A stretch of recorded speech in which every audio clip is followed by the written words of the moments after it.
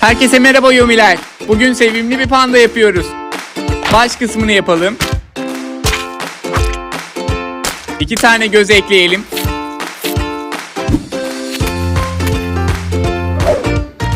Küçük bir burnu olsun. Bir de ağız ekleyelim. Sıra kulaklarda. Şimdi de vücudu yapalım Yomiler.